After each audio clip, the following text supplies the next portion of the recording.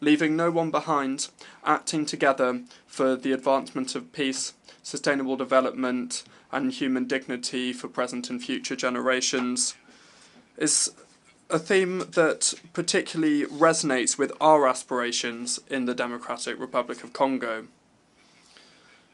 Mr. President, United Nations Secretary General, heads of state and government, heads of delegation, multilateralism and the respect for a global rules-based system have been the essential pillars that have supported peace, security, health, and prosperity the world over the last 80 years. The United Nations embody these fundamental values and remains an essential actor when it comes to the major challenges that humanity must overcome, whether it comes to guaranteeing security, or addressing climate change, or fighting against poverty. This reality requires strengthened multilateral cooperation. However, the noble ideals of those that drafted the United Nations Charter, that is, for it to serve as an instrument by which all countries govern their conduct, seems to be ebbing away, and the basis of collective security that it established is shaking. We have a responsibility to pool our efforts and to reaffirm our commitment to multilateralism, which is the key for truly transformational solutions in response to the challenges that we see across our world. As Dag Hammarskjöld, former United Nations Secretary General, whose sacrifice for peace in the Democratic Republic of Congo, which recalls how grave our mission is, so eloquently said, and I quote, "The goal of the UN is not to take us to heaven, but rather to prevent us from going to hell." At this critical juncture for multilateralism is of the utmost importance. It allows us to respond to common threats, to protect our planet, and to strengthen civil society and human rights. Indeed, we cannot ignore the alarming rise in sabre rattling and the indecent resumption of practices of armed aggression and looting of natural resources which affect all continents. The Russia-Ukraine conflict that is ongoing and continues to affect the region is simply yet another manifestation among many others that threaten peace in the world. Yemen, Sudan, Syria, and the terrible tragedy unfolding on the Gaza Strip are part of the list of crises multilateralism needs to address.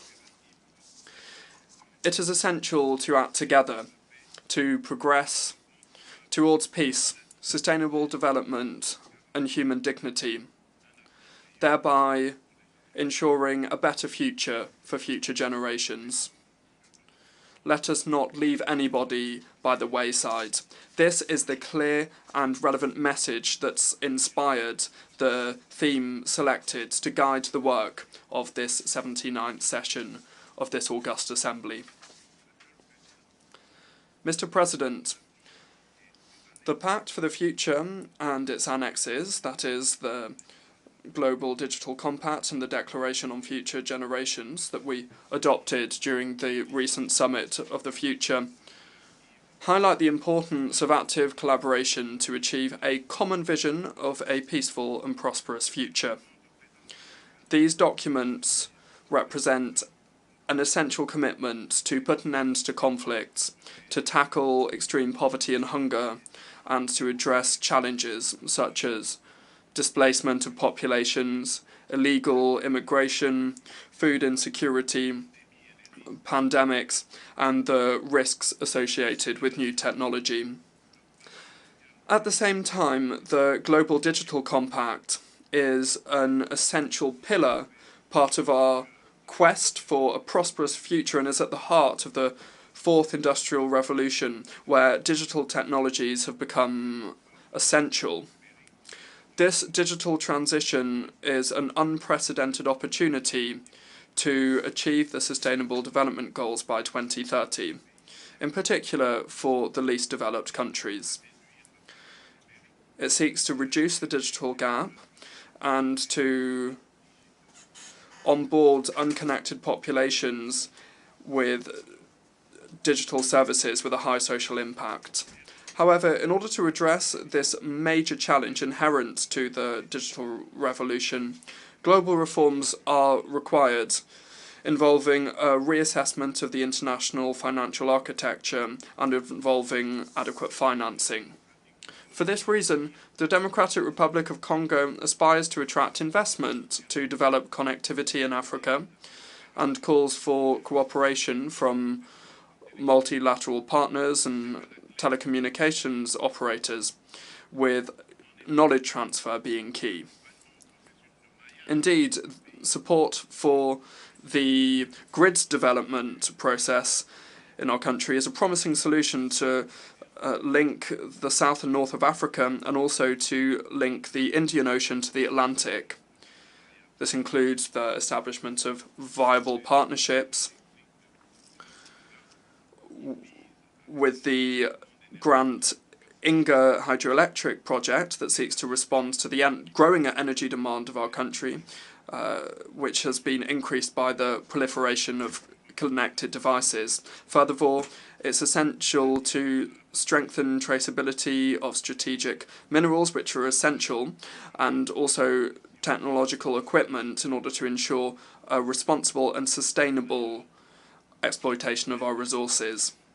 Furthermore, full participation and commitment from youth, both boys and girls, are essential to build a sustainable and inclusive society. This principle is the foundation of the Declaration on Future Generations and underscores our responsibility vis-à-vis future generations and how important it is to make decisions that enable them to flourish. For Africa, youth is a major asset for Africa's future prosperity. Investing in education, in particular in STEM subjects, that's science, technology, engineering and mathematics, and creating conducive environments for innovation are crucial. It is essential to deal with the disconnect between a fast-growing young population and the job market by providing the skills that they require to join the job market. Mr. President, the situation in the east of the Democratic Republic of the Congo is particularly concerning. The resurgence of the M23 terrorist group, supported by Rwanda, has caused an unprecedented humanitarian crisis with close to 7 million internally displaced persons. This aggression is a major violation of our national sovereignty. We call upon the international community to firmly condemn these actions and to impose targeted sanctions against Rwanda for its destabilising and damaging role. We demand an immediate and unconditional withdrawal of Rwandan troops from our territory. While recent diplomatic initiatives such as the Luanda talks may be encouraging, they should certainly not overshadow how urgent it is to engage in this essential action. The Democratic Republic of Congo is absolutely committed to entrenching lasting peace in the east of the country and to promote economic development and the well-being of the so long-suffering communities experiencing this armed conflict. Nevertheless, we are not closing any door to any opportunity that would bring peace while maintaining our sovereignty and our territorial integrity. In this regard,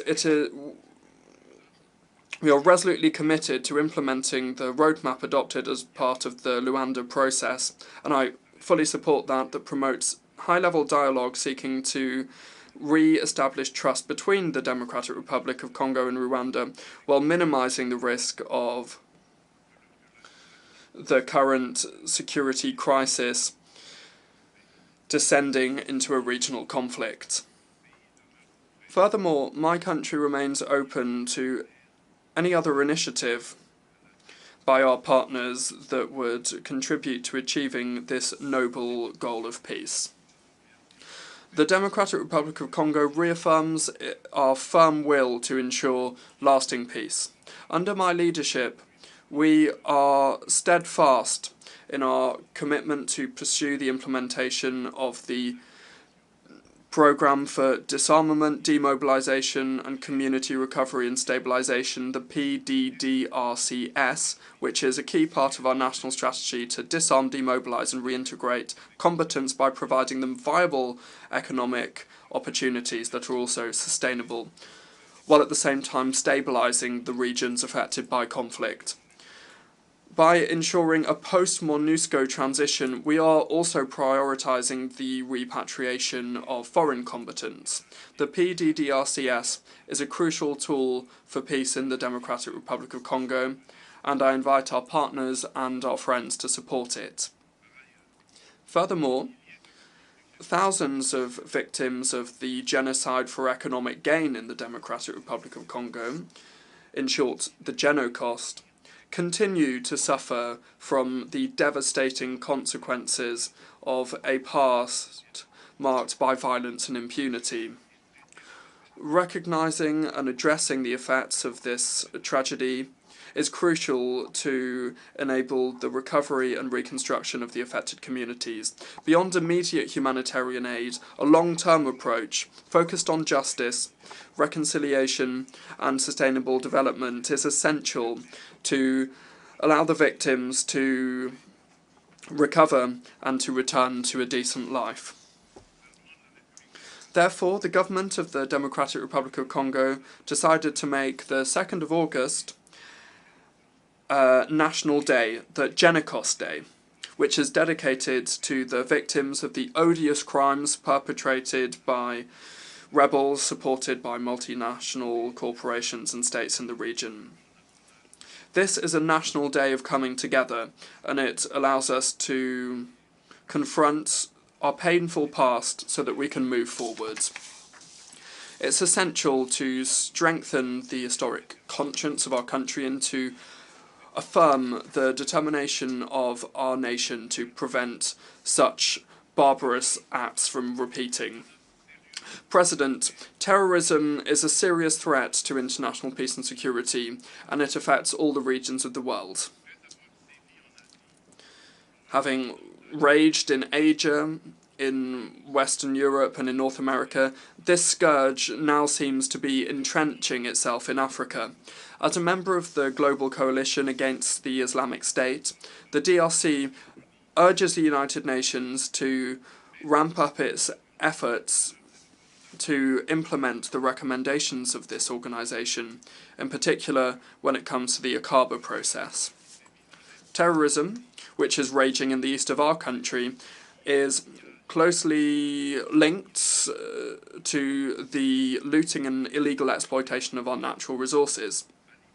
These criminal activities are nourishing insecurity and financing armed groups, exacerbating conflicts in the Great Lakes region.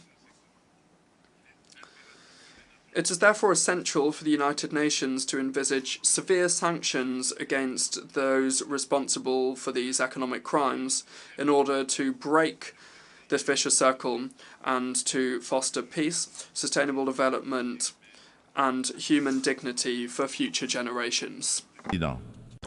President, according to the most recent voluntary national review report for the SDGs, the Democratic Republic of the Congo has made significant progress towards several of the SDG targets, thanks to major reforms and interventions. Since 2019, the government has had in place ambitious reforms to ensure free basic education, which has allowed more than 4 million children to attend school.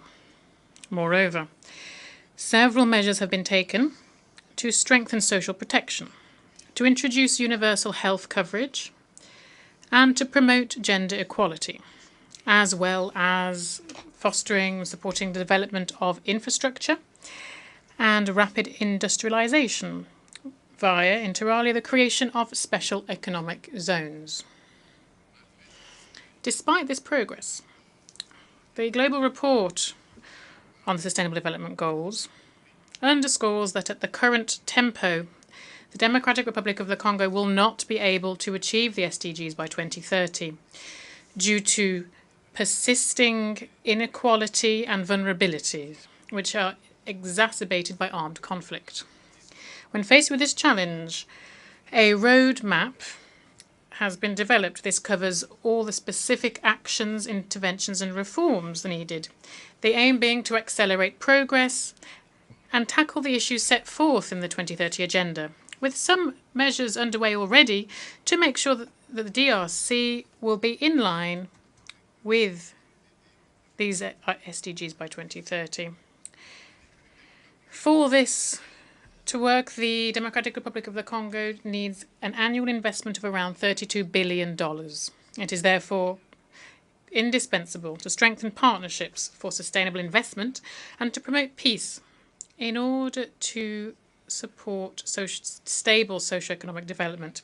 To add to the list of global responses to climate challenges and the promotion of renewable energy, the Democratic Republic of the Congo, having already reaffirmed its commitment to ambitious climate action, wishes to underscore the crucial importance of financial and technical support, increased support, so its efforts can also therefore increase to achieve the goals set out in the Paris Agreement. Rich as we are in biodiversity and natural resources, the Democratic Republic of the Congo has taken on the role as a key player in the fight against climate change. Initiatives that are already underway to reduce greenhouse gas emissions cover 4 strategic sectors. These are agriculture, forestry, energy, and waste management. Structural reforms are also in place at the moment to reverse deforestation and to improve access to clean energy. This is the proof of the determination of our government to preserve natural resources and to support a green transition. Now, in terms of showcasing our tropical forests, Bali in November 2022 saw a watershed moment. This was the adoption of the Joint Declaration on Cooperation on Tropical Forests and Climate Action. This declaration was signed by Brazil, Indonesia, and the Democratic Republic of the Congo. This significant step forward demonstrates the collective political will that there is to use forests as a tool for sustainable development. The Trilateral Cooperation Alliance for Tropical Forests, which was created in Bali, will provide a framework to address biodiversity-related challenges and will also propose solutions for carbon credit markets, all the while ensuring full respect for the rights of indigenous peoples. Moreover, within the framework of environmental and global warming-related issues, it is also important to underscore the holding of the second summit of the biggest tropical forest basins in the world. These are the Amazon, the Congo, and the Borneo Mekong. This was held from the 26th to the 28th of October 2023 in Brazzaville in the Republic of the Congo. This African initiative, which was spearheaded by President Denis Sassou Nguesso, aims to implement, as part of the UN Decade for the Restoration of Ecosystems, create the first global coalition dedicated to the restoration of 350 million hectares of land and water ecosystems. These forests are crucial bulwark against climate change. When faced with these problems that have been clearly identified and we have solutions within reach, it is therefore crucial to act in a concrete fashion. The Amazonian, Congolese and Borneo Mekong basins are home to more than 80% of the tropical forests and play a crucial role in the fight against climate change. And they also provide vital ecosystem services. It is therefore imperative that the improvement of social-economic conditions played by local communities, they who play a key role in forest conservation, that their interests be given top billing in global governance. For its part, the Democratic Republic of the Congo has created judicial instruments and institutional tools that seek to strengthen its position on the global carbon markets, while we still remain open to partnerships in line with the Paris Agreement and our domestic laws.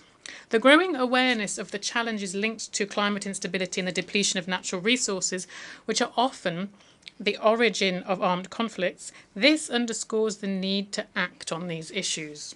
It is therefore crucial to recognise the link between climate change, environmental degradation and security in order to foster proactive action to mitigate these risks through sustainable practices. In this connection, we would call on the Security Council to create international mechanisms that include questions of climate security in their discussions. President, faced with a major energy challenge, the world indeed is facing a major energy challenge. Systems that are based on fossil fuels are responsible for significant greenhouse gas emissions, and thus they exacerbate climate change. Without resolute efforts to promote renewable energy, we risk facing even more grave crises. For example, extreme weather, conflicts linked to natural resources, and we are seeing some of this already. The Democratic Republic of the Congo has abundant resources, including essential ores and minerals such as cobalt, lithium, nickel, and graphite, to name but a few. These could facilitate a sustainable energy transition. We would appeal for international cooperation to develop the necessary technology and infrastructure for this. Our vision is to transform the exploitation of our resources into a tool for inclusive and sustainable development, all the while improving education, health, and infrastructure. Social inclusion is at the heart of our strategy, as it guarantees the equitable distribution of the benefits of progress. As we invest in the fight against climate change and as we contribute to the SDGs, the Democratic Republic of the Congo is ready to play a key role in the transformation of global energy systems. Together, we can build a future where energy is clean, sustainable, and accessible for all. President, I would also like to touch on the crucial question of gender equality. Although equal participation of men and women in political life is something that is internationally recognized, in practice there is still a chasm between legal equality and the reality in how power is held. Women's concerns deserve to be integrated in the major decisions that affect our society. In the Democratic Republic of the Congo, we are determined to change mentalities, to overcome the social barriers that are hampering women from prospering. It is also crucial to involve men in this process so we can transform social trends and we can showcase their role in women's success. On a national level, the Congolese constitution enshrines parity. Thus, the government has also created a strategy to fight gender-based violence, a strategy that is focused on prevention, protection, and also reparation for victims. This strategy is reflected in our National Fund for Reparation of Victims of Conflict-Related Sexual Violence and Crimes Against Peace and Security, which goes by FONAREV. The current legislation seeks to guarantee this level of protection. Here I wish to underscore significant progress that's been made in terms of women's participation in decision-making, with the appointment for the first time in our history of a woman as Prime Minister and Head of Government.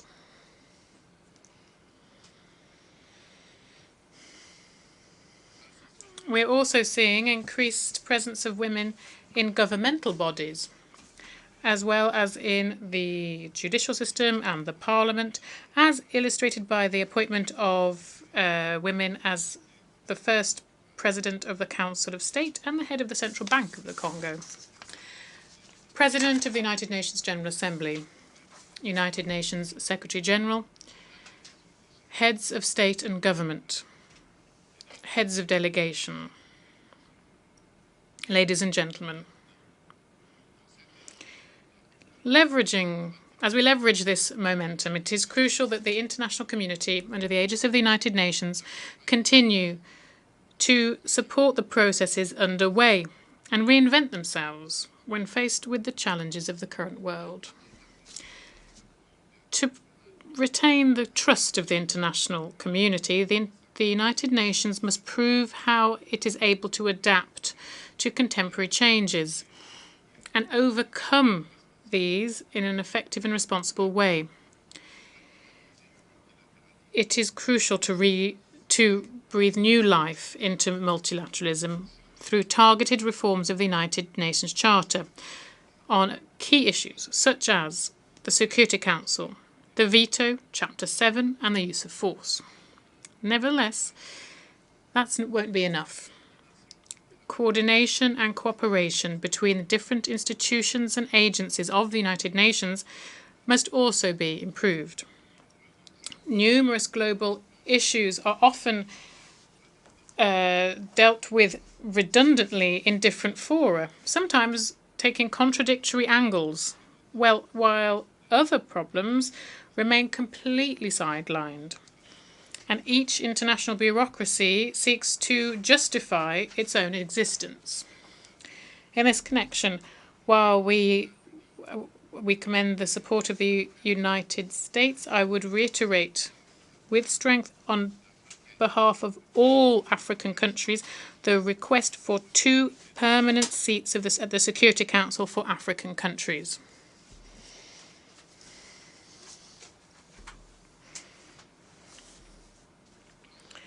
As the main decision-making body within the United Nations, this organ must include African representatives amongst its permanent members, with all of the associated prerogatives, particularly the veto.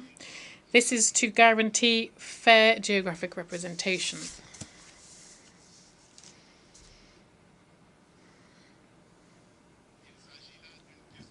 This is a question of justice. Justice for a continent whose role in international affairs is ever growing. We, Africans, are determined to see this through. Finally, I wish to conclude by recalling that following more than 3 decades of absence from the Security Council, the Democratic Republic of the Congo is once again submitting its candidacy, supported by the African Union and by the Southern African Development Community, SADC, for the post of an elected member for the 2026-2027 period. This will be during the elections which will be held in New York in June 2025.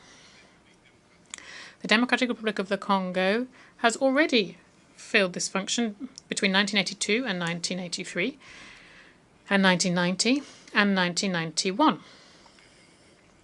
And during these 2 periods, we worked to promote peace, security, and stability in Africa and around the world. Once elected, the Democratic Republic of the Congo plans on playing a proactive role within the Security Council and participate in the revitalization of the UN Charter and contributing in a constructive way to the debates and actions related to this. My country, therefore, requests the support of all member states as we come up to these elections. At a time when multilateralism is being so sorely tested, the Democratic Republic of the Congo reaffirms its tireless commitment to the international community.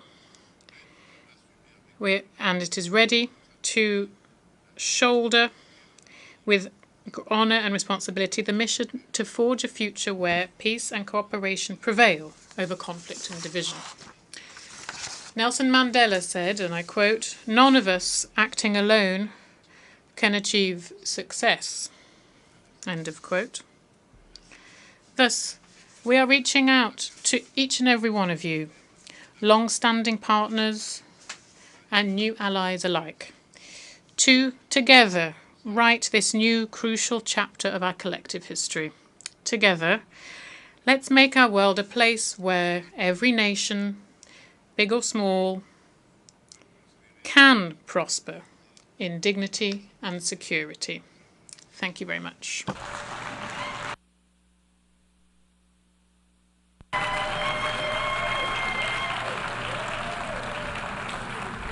On behalf of the Assembly, I wish to thank the President of the Democratic Republic of the Congo.